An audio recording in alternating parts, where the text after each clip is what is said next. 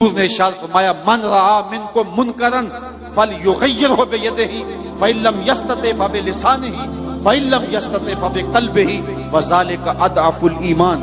فرمایا تم میں سے اگر کوئی شخص برائی ہوتے دیکھے تو وہ ہاتھ سے روکے، ہاتھ سے نہیں روک سکتا تو زبان سے روکے، یہ طاقت بھی نہیں ہے تو پھر دل سے برا جانے، اور یہ سب سے کمزور ترین ایمان کی علامت ہے۔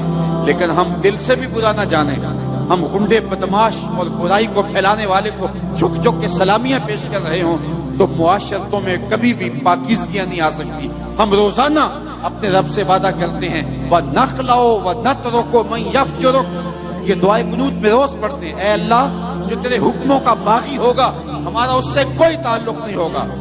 آج کے اس اجتماع میں آنے والوں اپنی ذمہ داریوں کو سمجھو، اور اسلام نے ہمیں جو خوبصورت نظام زندگی دیا ہوا ہے اس سے نفع حاصل کر کے اس معاشرے کو جہنم زار ہونے سے بچاؤ اور اس معاشرے کو پاکیزہ کرو۔ آج ہی ہم یہاں نکل رہے تھے تو اتنی بچیوں کے جہیز کے حوالے سے بات ہوئی تو مجھے ایک دوست کہنے لگا کہ مجھے ایک فون آیا ہے کہ میری بیٹی جوان ہے تو وہاں میری بیٹی کے لیے بھی سفارش کیجئے۔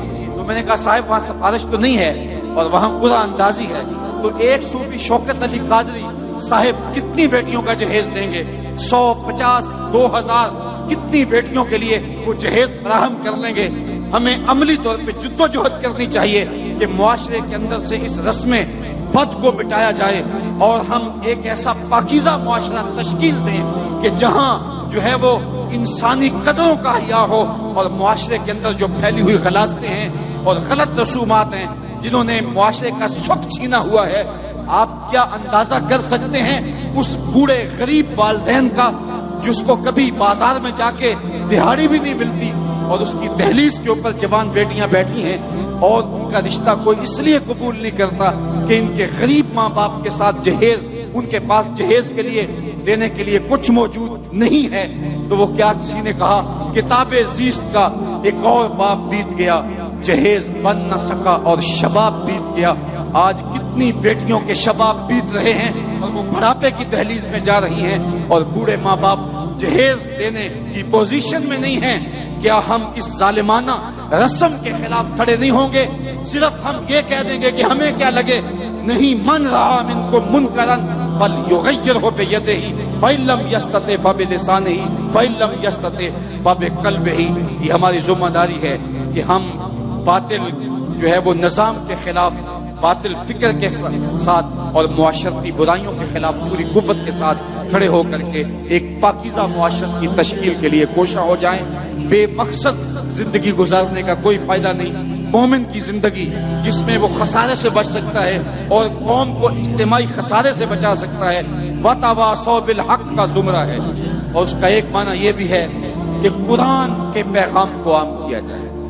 آج ہمارا اللہ ماشاءاللہ جو ہماری مجموعی فکر ہے وہ قرآن مجید کی فکر کے ابلاغ کو چھوڑ چکی ہے۔ ہمارا انداز یہ ہے کہ قرآن جس مقصد کے لیے نازل ہوا تھا آج ہم اس کو ترک کر چکے ہیں۔ قرآن مجید ایک زندہ کتاب ہے، اتنا خوبصورت نصاب کسی قوم کے پاس نہیں ہے۔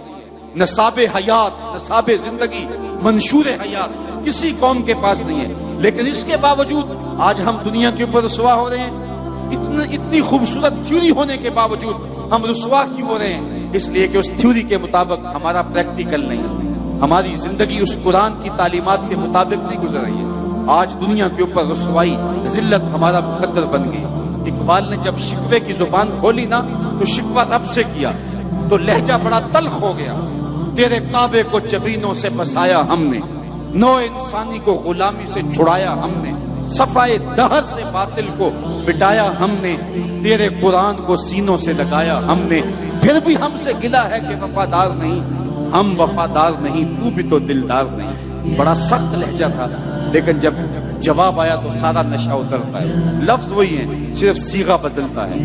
جب کہا نا کہ تیرے کعبے کو جبینوں سے بسایا کس نے، تو جواب آیا میرے کعبے کو جبینوں سے بسایا کس نے، نو انسانی کو غلامی سے چھڑایا کس نے، صفائے دہر سے باطل کو مٹایا کس نے، میرے قرآن کو سینوں سے لگایا کس نے، تھے تو آبا وہ تمہارے ہی مگر تم کیا ہو، ہاتھ پہ ہاتھ دھرے منتظر فردا ہو، ہر کوئی مست میں ذوق تن آسانی ہے، تم مسلمان ہو یہ انداز مسلمانی ہے، حیدری فقر ہے نئے دولت عثمانی ہے، تم کو اسلاف سے کیا نسبت روحانی ہے، وہ معزز تھے زمانے میں مسلمان ہو کر، تم خار ہوئے ہو تارک قرآن ہو کر۔ آج کتاب ہم نے اس لیے رکھی ہے کہ بیٹی کو جب رخصت کریں گے تو قرآن کے سائے تلے سے گزار دیں، جب لڑائی ہو گئی تو قسم کے طور پہ قرآن کو سر پہ اٹھا لیں گے، نئی دکان بنائی ہے، مکان بنایا ہے، بچوں کو بلا کے قرآن پڑھا لیں گے، بوڑھے فوت ہو جائیں گے